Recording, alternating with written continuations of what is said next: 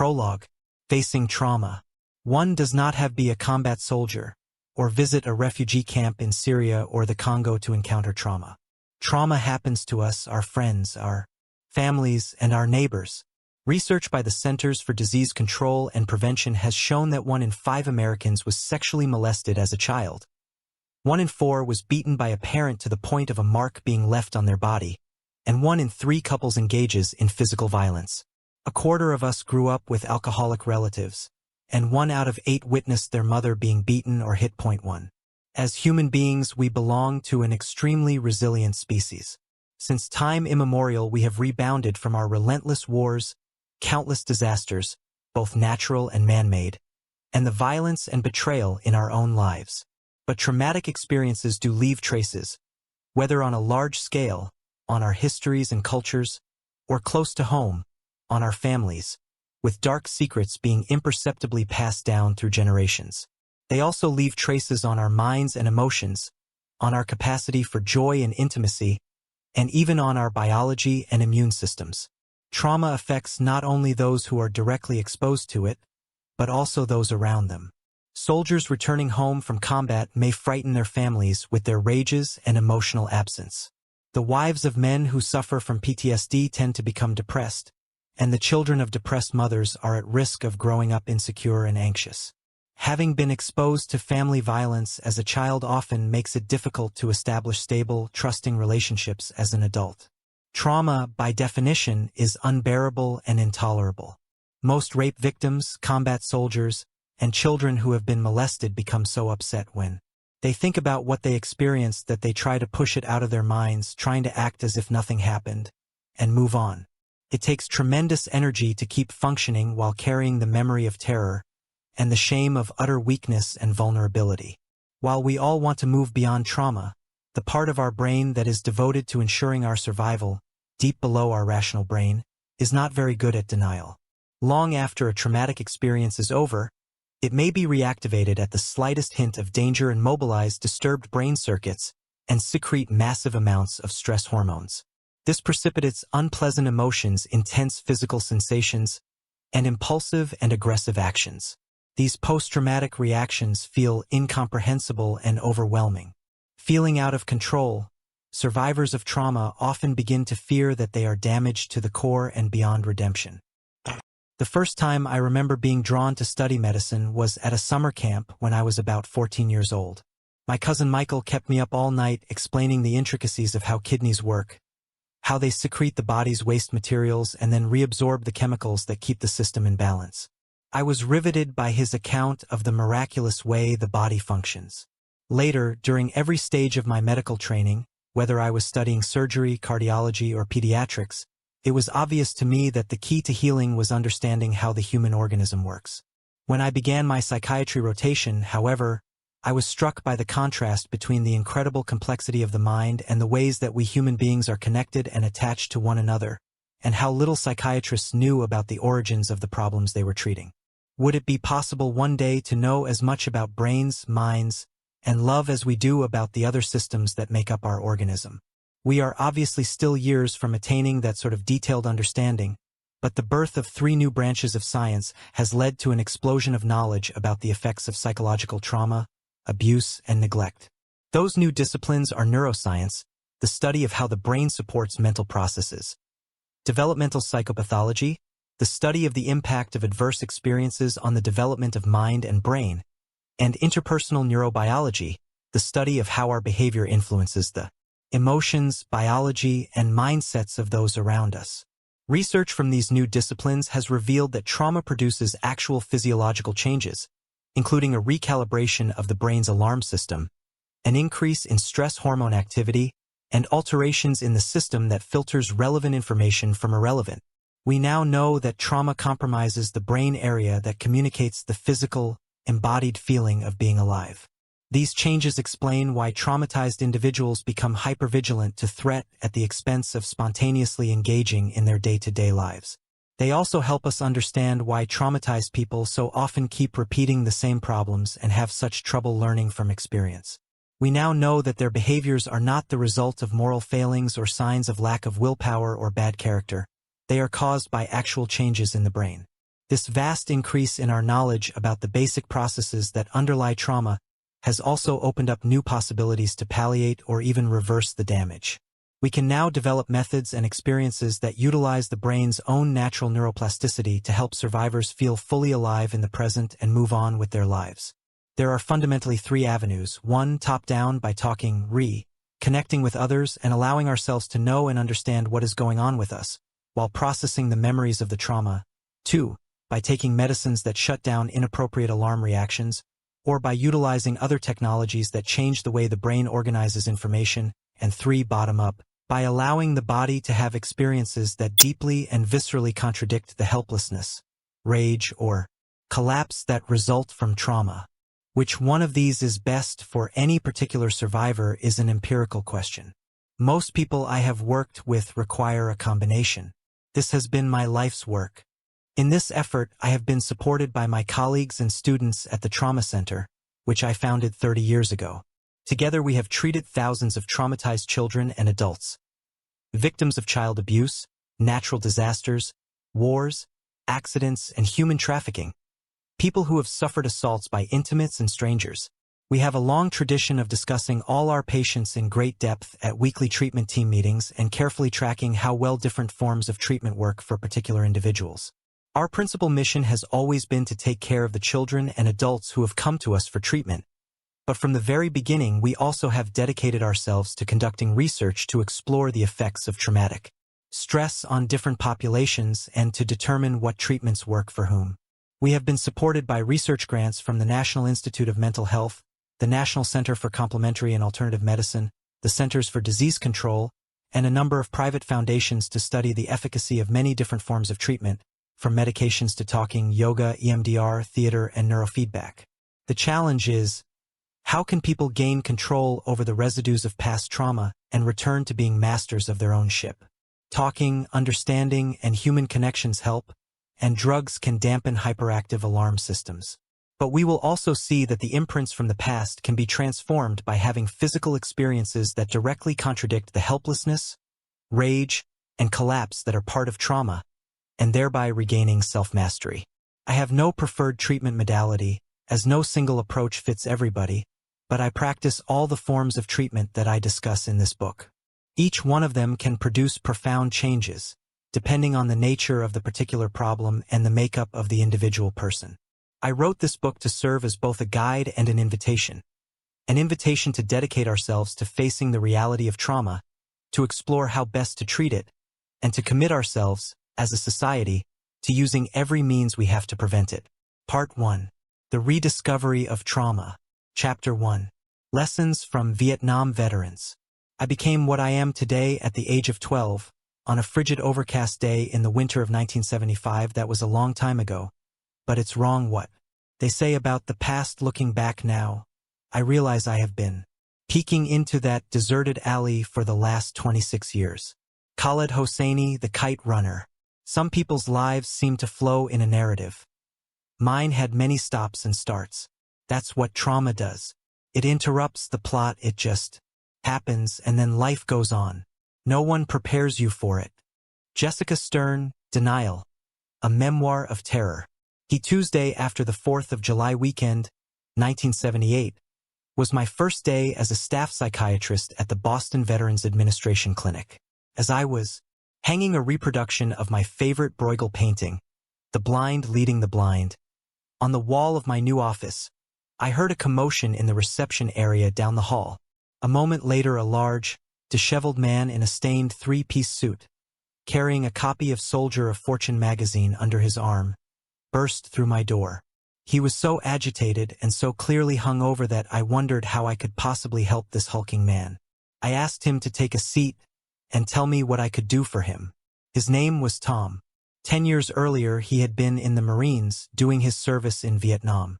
He had spent the holiday weekend holed up in his downtown Boston law office, drinking and looking at old photographs, rather than with his family. He knew from previous years' experience that the noise, the fireworks, the heat, and the picnic in his sister's backyard against the backdrop of dense early summer foliage, all of which reminded him of Vietnam, would drive him crazy. When he got upset, he was afraid to be around his family because he behaved like a monster with his wife and 2 young boys. The noise of his kids made him so agitated that he would storm out of the house to keep himself from hurting them. Only drinking himself into oblivion or riding his Harley-Davidson at dangerously high speeds helped him to calm down. Nighttime offered no relief. His sleep was constantly interrupted by nightmares about an ambush in a rice paddy back in Nam, in which all the members of his platoon were killed or wounded. He also had terrifying flashbacks in which he saw dead Vietnamese children. The nightmares were so horrible that he dreaded falling asleep, and he often stayed up for most of the night, drinking. In the morning, his wife would find him passed out on the living room couch, and she and the boys had to tiptoe around him while she made them breakfast before taking them to school. Filling me in on his background, Tom said that he had graduated from high school in 1965, the valedictorian of his class. In line with his family tradition of military service, he enlisted in the Marine Corps immediately after graduation. His father had served in World War II in General Patton's army, and Tom never questioned his father's expectations. Athletic, intelligent, and an obvious leader, Tom felt powerful and effective after finishing basic training, a member of a team that was prepared for just about anything. In Vietnam, he quickly became a platoon leader, in charge of 8 other Marines. Surviving slogging through the mud while being strafed by machine gun fire can leave people feeling pretty good about themselves and their comrades. At the end of his tour of duty, Tom was honorably discharged, and all he wanted was to put Vietnam behind him. Outwardly, that's exactly what he did. He attended college on the GI Bill, graduated from law school, married his high school sweetheart, and had 2 sons. Tom was upset by how difficult it was to feel any real affection for his wife, even though her letters had kept him alive in the madness of the jungle. Tom went through the motions of living a normal life, hoping that by faking it he would learn to become his old self again.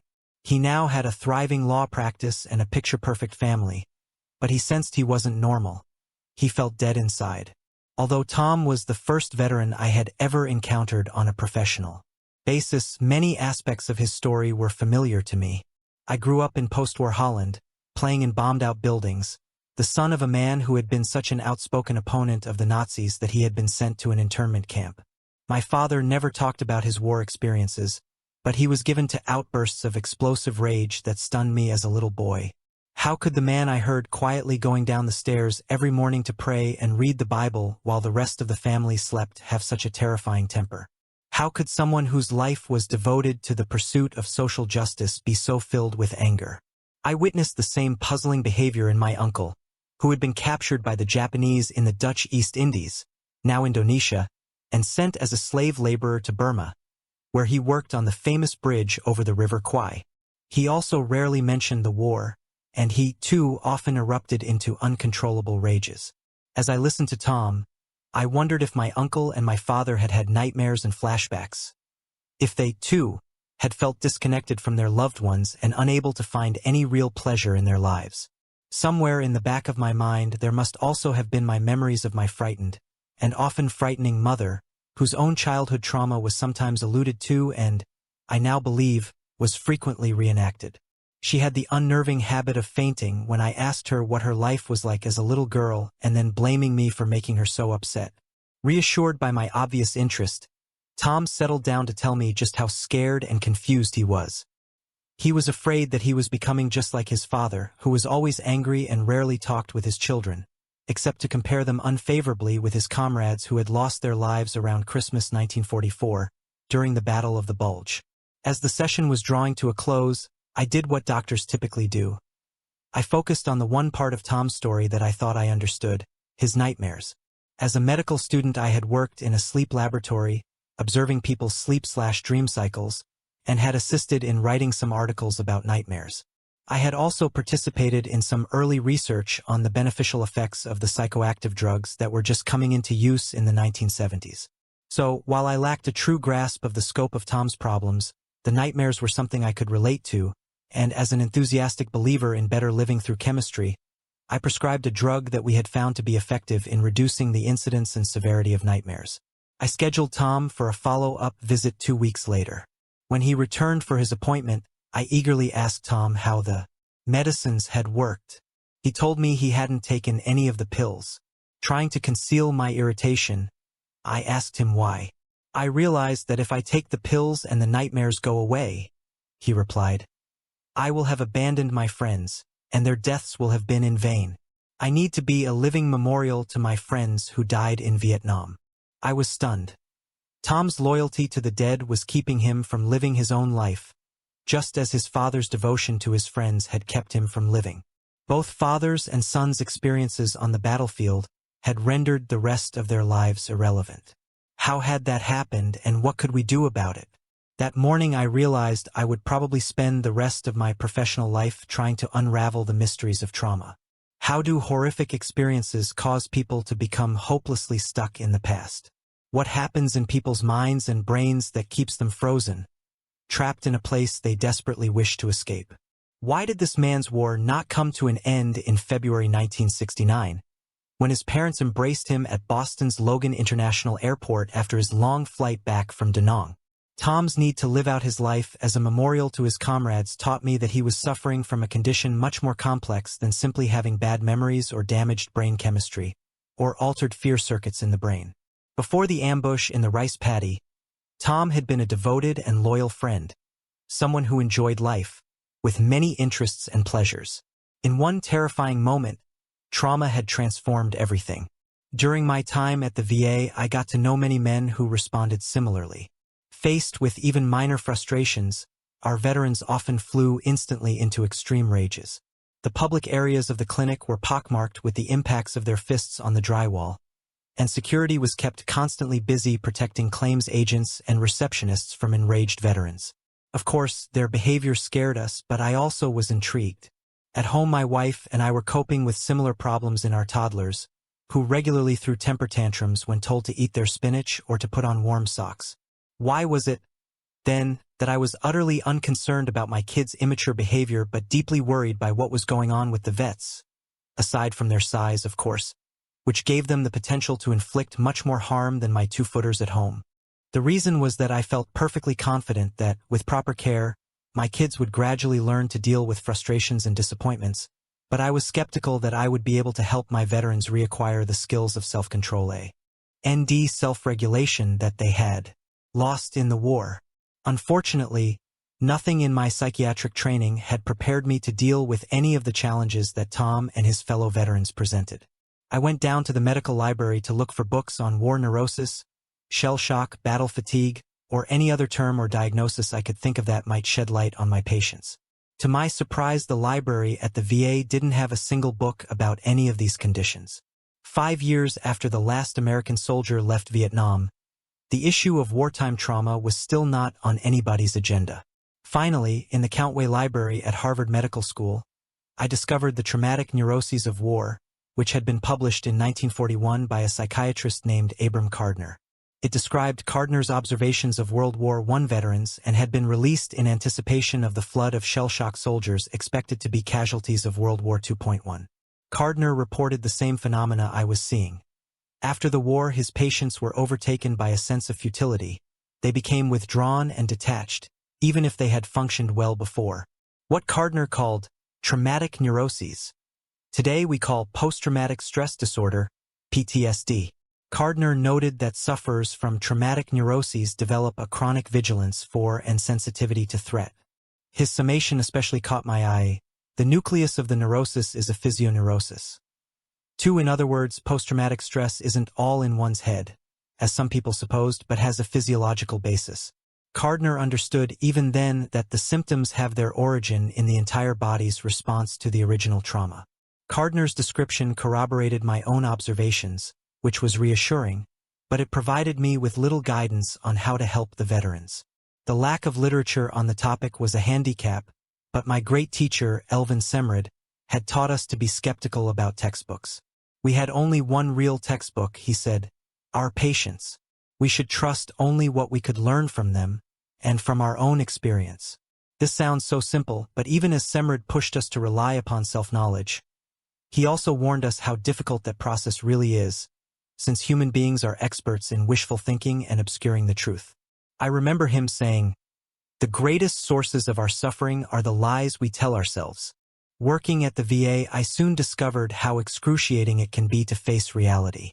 This was true both for my patients and for myself.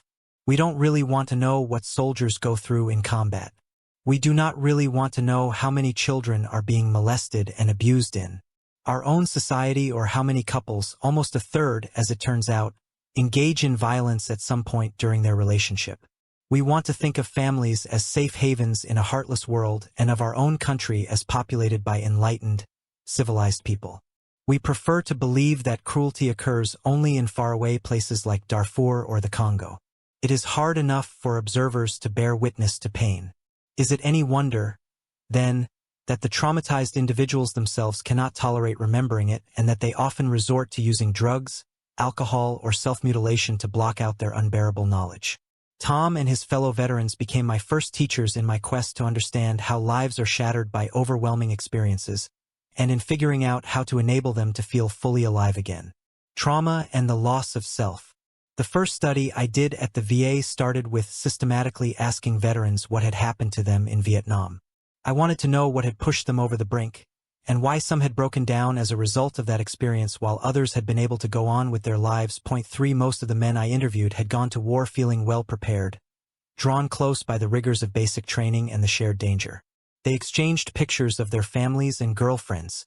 They put up with one another's flaws, and they were prepared to risk their lives for their friends. Most of them confided their dark secrets to a buddy, and some went so far as to share each other's shirts and socks.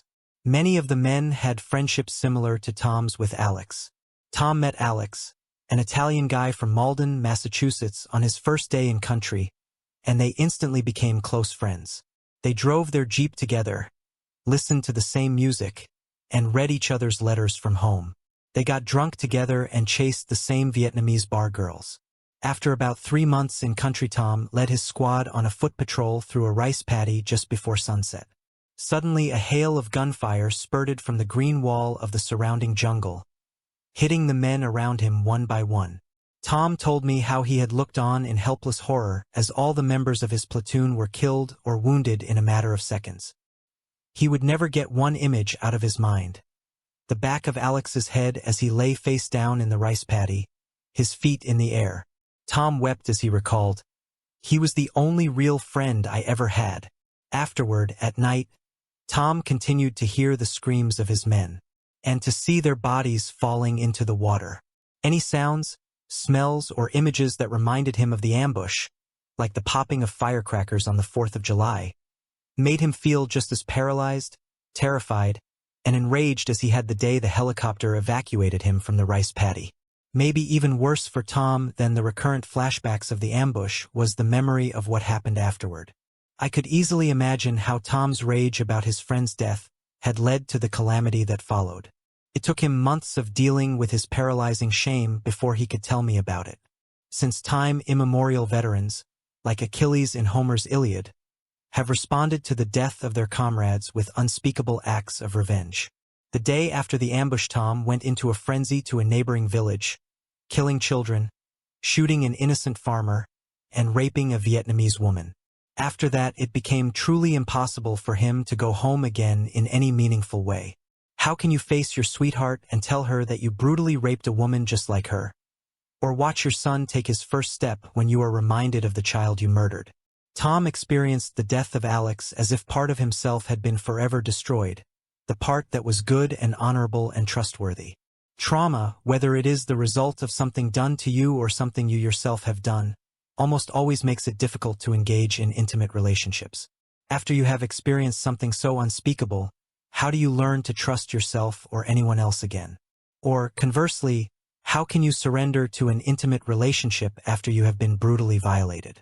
Tom kept showing up faithfully for his appointments, as I had become for him a lifeline, the father he'd never had, and Alex who had survived the ambush. It takes enormous trust and courage to allow yourself to remember. One of the hardest things for traumatized people is to confront their shame about the way they behaved during a traumatic episode, whether it is objectively warranted, as in the commission of atrocities, or not, as in the case of a child who tries to placate her abuser. One of the first people to write about this phenomenon was Sarah Haley, who occupied an office next to mine at the VA clinic. In an article entitled "When the Patient Reports Atrocities," for which became a major impetus for the ultimate creation of the PTSD diagnosis, she discussed the well-nigh intolerable difficulty of talking about and listening to the horrendous acts that are often committed by soldiers in the course of their war experiences. It's hard enough to face the suffering that has been inflicted by others, but deep down many traumatized people are even more haunted by the shame they feel about what they themselves did or did not do under the circumstances. They despise themselves for how terrified, dependent, excited, or enraged they felt. In later years, I encountered a similar phenomenon in victims of child abuse. Most of them suffer from agonizing shame about the actions they took to survive and maintain a connection with the person who abused them. This was particularly true if the abuser was someone close to the child, someone the child depended on, as is so often the case. The result can be confusion about whether one was a victim or a willing participant, which in turn leads to bewilderment about the difference between love and terror, pain and pleasure. We will return to this dilemma throughout this book. Numbing. Maybe the worst of Tom's symptoms was that he felt emotionally numb. He desperately wanted to love his family, but he just couldn't evoke any deep feelings for them. He felt emotionally distant from everybody, as though his heart were frozen and he were living behind a glass wall. That numbness extended to himself as well. He could not really feel anything except for his momentary rages and his shame. He described how he hardly recognized himself when he looked in the mirror to shave. When he heard himself arguing a case in court, he would observe himself from a distance and wonder how this guy, who happened to look and talk like him, was able to make such cogent arguments. When he won a case, he pretended to be gratified, and when he lost, it was as though he had seen it coming and was resigned to the defeat even before it happened. Despite the fact that he was a very effective lawyer, he always felt as though he were floating in space, lacking any sense of purpose or direction. The only thing that occasionally relieved this feeling of aimlessness was intense involvement in a particular case. During the course of our treatment, Tom had to defend a mobster on a murder charge. For the duration of that trial, he was totally absorbed in devising a strategy for winning the case, and there were many occasions on which he stayed up all night to immerse himself in something that actually excited him. It was like being in combat, he said. He felt fully alive and nothing else mattered. The moment Tom won that case, however, he lost his energy and sense of purpose. The nightmares returned, as did his rage attacks, so intensely that he had to move into a motel to ensure that he would not harm his wife or children. But being alone, too, was terrifying because the demons of the war returned in full force. Tom tried to stay busy, working, drinking, and drugging, doing anything to avoid confronting his demons. He kept thumbing through Soldier of Fortune, fantasizing about enlisting as a mercenary in one of the many regional wars then raging in Africa. That spring, he took out his Harley and roared up the Kankomagus Highway in New Hampshire. The vibrations, speed, and danger of that ride helped him pull himself back together, to the point that he was able to leave his motel room and return to his family. The reorganization of perception. Another study I conducted at the VA started out as research about nightmares but ended up exploring how trauma changes people's perceptions and imagination. Bill, a former medic who had seen heavy action in Vietnam a decade earlier, was the first person enrolled in my nightmare study. After his discharge, he had enrolled in a theological seminary and had been assigned to his first parish in a congregational church in a Boston suburb. He was doing fine until he and his wife had their first child. Soon after the baby's birth, his wife, a nurse, had gone back to work while he remained at home, working on his weekly sermon and other parish duties and taking care of their newborn. On the very first day he was left alone with the baby, it began to cry, and he found himself suddenly flooded with unbearable images of dying children in Vietnam. Bill had to call his wife to take over childcare and came to the VA in a panic. He described how he kept hearing the sounds of babies crying and seeing images of burned and bloody children's faces. My medical colleagues thought that he must surely be psychotic, because the textbooks of the time said that auditory and visual hallucinations were symptoms of paranoid schizophrenia. The same text that provided this diagnosis also supplied a cause. Bill's psychosis was probably triggered by his feeling displaced in his wife's affections by their new baby. As I arrived at the intake office that day, I saw Bill surrounded by worried doctors who were preparing to inject him with a powerful antipsychotic drug and ship him off to a locked ward. They described his symptoms and asked my opinion. Having worked in a previous job on a ward specializing in the treatment of schizophrenics, I was intrigued. Something about the diagnosis didn't sound right. I asked Bill if I could talk with him, and after hearing his story, I unwittingly paraphrased something Sigmund Freud had said about trauma in 1895. I think this man is suffering from memories. I told Bill that I would try to help him and, after offering him some medications to control his panic, asked if he would be willing to come back a few days later to participate in my nightmare study. Point 5. He agreed. As part of that study, we gave our participants a Rorschach test. Point 6. Unlike tests that require answers to straightforward questions, responses to the Rorschach are almost impossible to fake. The Rorschach provides us with a unique way to observe how people construct a mental image from what is basically a meaningless stimulus, a blot of ink. Because humans are meaning-making creatures, we have a tendency to create some sort of image or story out of those ink blots, just as we do when we lie in a meadow on a beautiful summer day and see images in the clouds floating high above. What people make out of these blots can tell us a lot about how their minds work. On seeing the second card of the Rorschach test, Bill exclaimed in horror, "This is that child that I saw being blown up in Vietnam. In the middle, you see the charred flesh, the wounds, and the blood is spurting out all over. Panting and with sweat beading on his forehead. He was in a panic similar to the one that had initially brought him to the VA clinic. Although I had heard veterans describing their flashbacks, this was the first time I actually witnessed one.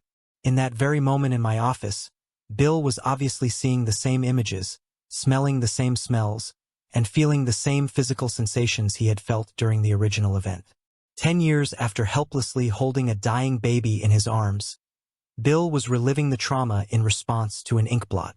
Experiencing Bill's flashback firsthand in my office helped me realize the agony that regularly visited the veterans I was trying to treat and helped me appreciate again how critical it was to find a solution. The traumatic event itself, however horrendous, had a beginning, a middle, and an end, but I now saw that flashbacks could be even worse. You never know when you will be assaulted by them again, and you have no way of telling when they will stop. It took me years to learn how to effectively treat flashbacks, and in this process Bill turned out to be one of my most important mentors. When we gave the Rorschach test to 21 additional veterans, the response was consistent. 16 of them, on seeing the second card, reacted as if they were experiencing a wartime trauma. The second Rorschach card is the first card that contains color and often elicits so-called color shock in response. The veterans interpreted this card with descriptions like, "These are the bowels of my friend Jim after a mortar shell ripped him open," and "This is the neck of my friend Danny after his head was blown off by a shell while we were eating lunch." None of them mentioned dancing monks, fluttering butterflies, men on motorcycles, or any of the other ordinary, sometimes whimsical images that most people see. While the majority of the veterans were greatly upset by what they saw, the reactions of the remaining 5 were even more alarming. They simply went blank. "This is nothing," one observed, "just a bunch of ink." They were right, of course, but the normal human response to ambiguous stimuli is to use our imagination to read something into them. We learned from these Rorschach tests that traumatized people have a tendency to superimpose their trauma on everything around them and have trouble deciphering whatever is going on around them. There appeared to be little in between. We also learned that trauma affects the imagination. The 5 men who saw nothing in the blots had lost the capacity to let their minds play. But so, too, had the other 16 men, for in viewing scenes from the past in those blots they were not displaying the mental flexibility that is the hallmark of imagination. They simply kept replaying an old reel. Imagination is absolutely critical to the quality of our lives. Our imagination enables us to leave our routine everyday existence by fantasizing about travel, food, sex, falling in love, or having the last word. All the things that make life interesting. Imagination gives us the opportunity to envision new possibilities. It is an essential launchpad for making our hopes come true. It fires our creativity, relieves our boredom, alleviates our pain, enhances our pleasure, and enriches our most intimate relationships. When people are compulsively and constantly pulled back into the past, to the last time they felt intense involvement and deep emotions, they suffer from a failure of imagination, a loss of the mental flexibility. Without imagination there is no hope, no chance to envision a better future, no place to go, no goal to reach. The Rorschach tests also taught us that traumatized people look at the world in a fundamentally different way from other people. For most of us, a man coming down the street is just someone taking a walk. A rape victim, however, may see a person who is about to molest her and go into a panic. A stern schoolteacher may be an intimidating presence to an average kid, but for a child whose stepfather beats him up, she may represent a torturer and precipitate a rage attack or a terrified cowering in the corner. Stuck in trauma. Our clinic was inundated with veterans seeking psychiatric help. However, because of an acute shortage of qualified doctors, all we could do was put most of them on a waiting list, even as they continued brutalizing themselves and their families. We began seeing a sharp increase in arrests of veterans for violent offenses and drunken brawls, as well as an alarming number of suicides. I received permission to start a group for young Vietnam veterans to serve as a sort of holding tank until real therapy could start. At the opening session for a group of former Marines, the first man to speak flatly declared, "I do not want to talk about the war." I replied that the members could discuss anything they wanted. After half an hour of excruciating silence, one veteran finally started to talk about his helicopter crash. To my amazement, the rest immediately came to life, speaking with great intensity about their traumatic experiences. All of them returned the following week and the week after. In the group, they found resonance and meaning in what had previously been only sensations of terror and emptiness. They felt a renewed sense of the comradeship that had been so vital to their war experience. They insisted that I had to be part of their newfound unit and gave me a Marine captain's uniform for my birthday. In retrospect, that gesture revealed part of the problem. You were either in or out, you either belonged to the unit or you were nobody. After trauma, the world becomes sharply divided between those who know and those who don't. People who have not shared the traumatic experience cannot be trusted, because they can't understand it. Sadly, this often includes spouses, children, and coworkers. Later, I led another group, this time for veterans of Patton's Army. Men now well into their 70s, all old enough to be my father. We met on Monday mornings at 8 o'clock. In Boston, winter snowstorms occasionally paralyzed the public transit system, but to my amazement, all of them showed up even during blizzards, some of them trudging several miles through the snow to reach the VA clinic. For Christmas, they gave me a 1940s GI issue wristwatch. As had been the case with my group of Marines, I could not be their doctor unless they made me one of them. Moving as these experiences were, the limits of group therapy became clear when I urged the men to talk about the issues they confronted in their daily lives. Their relationships with their wives, children, girlfriends, and family, dealing with their bosses and finding satisfaction in their work, their heavy use of alcohol. Their typical response was to balk and resist and instead recount yet again how they had plunged a dagger through the heart of a German soldier in the Hurtgen forest or how their helicopter had been shot down in the jungles of Vietnam. Whether the trauma had occurred 10 years in the past or more than 40, my patients could not bridge the gap between their wartime experiences and their current lives.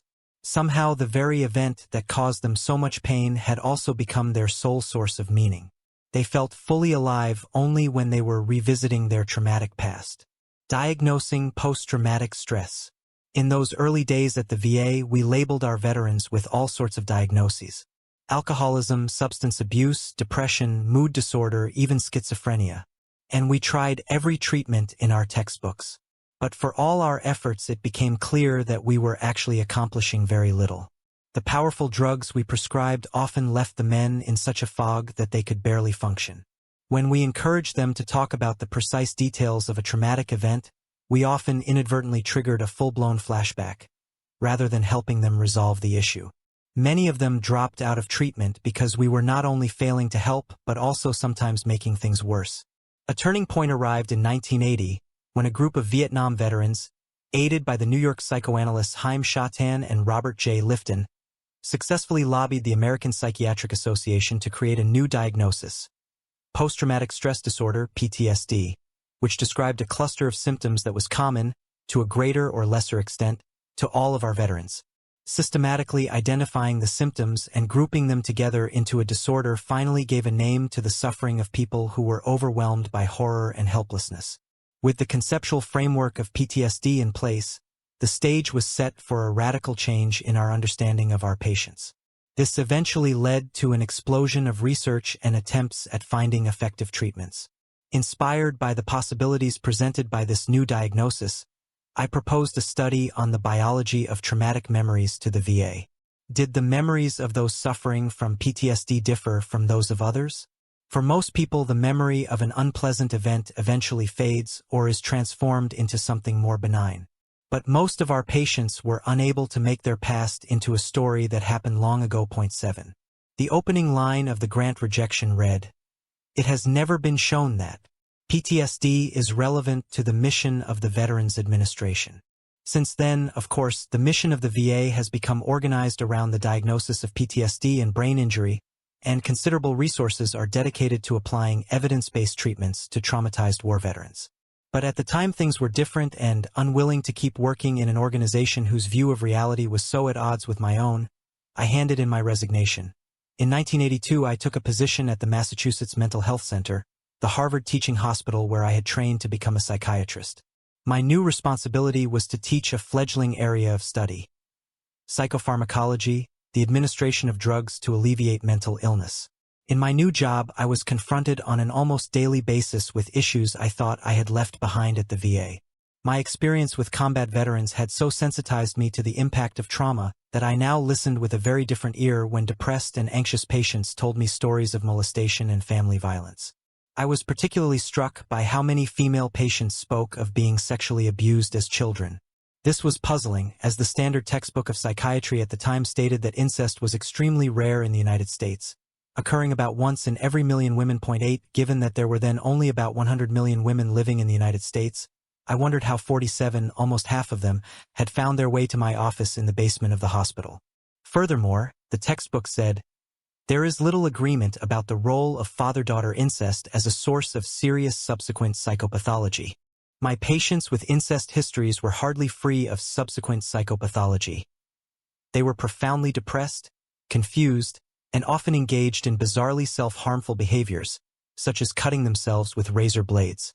The textbook went on to practically endorse incest, explaining that such incestuous activity diminishes the subject's chance of psychosis and allows for a better adjustment to the external world.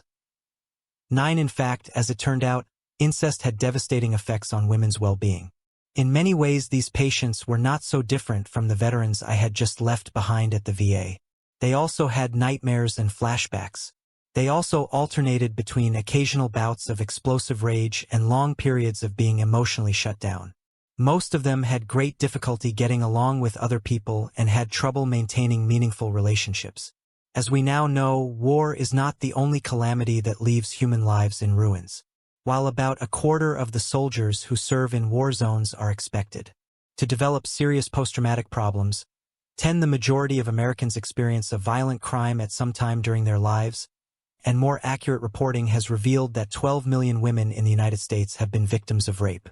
More than half of all rapes occur in girls below age 15. 11. For many people, the war begins at home.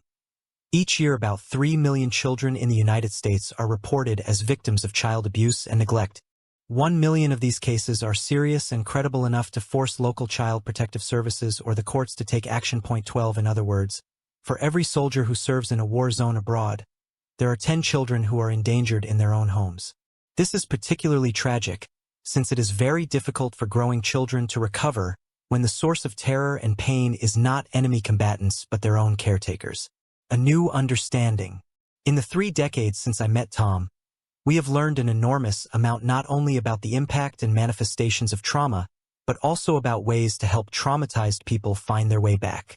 Since the early 1990s, brain imaging tools have started to show us what actually happens inside the brains of traumatized people. This has proven essential to understanding the damage inflicted by trauma and has guided us to formulate entirely new avenues of repair. We have also begun to understand how overwhelming experiences affect our innermost sensations and our relationship to our physical reality, the core of who we are. We have learned that trauma is not just an event that took place sometime in the past. It is also the imprint left by that experience on mind, brain, and body. This imprint has ongoing consequences for how the human organism manages to survive in the present. Trauma results in a fundamental reorganization of the way mind and brain manage perceptions. It changes not only how we think and what we think about, but also our very capacity to think. We have discovered that helping victims of trauma find the words to describe what has happened to them is profoundly meaningful. But usually it is not enough. The act of telling the story doesn't necessarily alter the automatic physical and hormonal responses of bodies that remain hypervigilant, prepared to be assaulted or violated at any time. For real change to take place, the body needs to learn that the danger has passed and to live in the reality of the present. Our search to understand trauma has led us to think differently not only about the structure of the mind but also about the processes by which it heals. Chapter 2. Revolutions in Understanding Mind and Brain. The greater the doubt, the greater the awakening. The smaller the doubt, the smaller the awakening. No doubt, no awakening. Sisi. Chang, the practice of Zen. You live through that little piece of time that is yours, but that piece of time is not only your own life, it is the summing up of all the other lives that are simultaneous with yours. What you are is an expression of history. Robert Penn Warren, World Enough and Time. In the late 1960s, during a year off between my first and second years of medical school, I became an accidental witness to a profound transition in the medical approach to mental suffering. I had landed a plum job as an attendant on a research ward at the Massachusetts Mental Health Center, where I was in charge of organizing recreational activities for the patients. MMHC had long been considered one of the finest psychiatric hospitals in the country, a jewel in the crown of the Harvard Medical School teaching empire. The goal of the research on my ward was to determine whether psychotherapy or medication was the best way to treat young people who had suffered a first mental breakdown diagnosed as schizophrenia. The talking cure, an offshoot of Freudian psychoanalysis, was still the primary treatment for mental illness at MMHC. However, in the early 1950s, a group of French scientists had discovered a new compound, chlorpromazine, sold under the brand name Thorazine, that could tranquilize patients and make them less agitated and delusional, that inspired hope that drugs could be developed to treat serious mental problems such as depression, panic, anxiety, and mania, as well as to manage some of the most disturbing symptoms of schizophrenia. As an attendant, I had nothing to do with the research aspect of the ward and was never told what treatment any of the patients was receiving. They were all close to my age, college students from Harvard, MIT, and Boston University. Some had tried to kill themselves. Others cut themselves with knives or razor blades. Several had attacked their roommates or had otherwise terrified their parents or friends with their unpredictable, irrational behavior. My job was to keep them involved in normal activities for college students, such as eating at the local pizza parlor, camping in a nearby state forest, attending Red Sox games, and sailing on the Charles River. Totally new to the field, I sat in rapt attention during ward meetings, trying to decipher the patient's complicated speech and logic. I also had to learn to deal with their irrational outbursts and terrified withdrawal. One morning, I found a patient standing like a statue in her bedroom with one arm raised in a defensive gesture, her face frozen in fear. She remained there, immobile, for at least 12 hours. The doctors gave me the name for her condition, catatonia, but even the textbooks I consulted didn't tell me what could be done about it. We just let it run its course. Trauma before dawn. I spent many nights and weekends on the unit, which exposed me to things the doctors never saw during their brief visits. When patients could not sleep, they often wandered in their tightly wrapped bathrobes into the darkened nursing station to talk. The quiet of the night seemed to help them open up, and they told me stories about having been hit, assaulted, or molested, often by their own parents, sometimes by relatives, classmates, or neighbors. They shared memories of lying in bed at night, helpless and terrified, hearing their mother being beaten by their father or a boyfriend, hearing their parents yell horrible threats at each other, hearing the sounds of furniture breaking. Others told me about fathers who came home drunk, hearing their footsteps on the landing and how they waited for them to come in, pull them out of bed, and punish them for some imagined offense. Several of the women recalled lying awake, motionless, waiting for the inevitable, a brother or father coming in to molest them. During morning rounds, the young doctors presented their cases to their supervisors, a ritual that the ward attendants were allowed to observe in silence. They rarely mentioned stories like the ones I'd heard. However, many later... To keep listening to this audiobook, I've left you a link in the description so you can do it. at no cost thanks to Audible's 30-day free trial.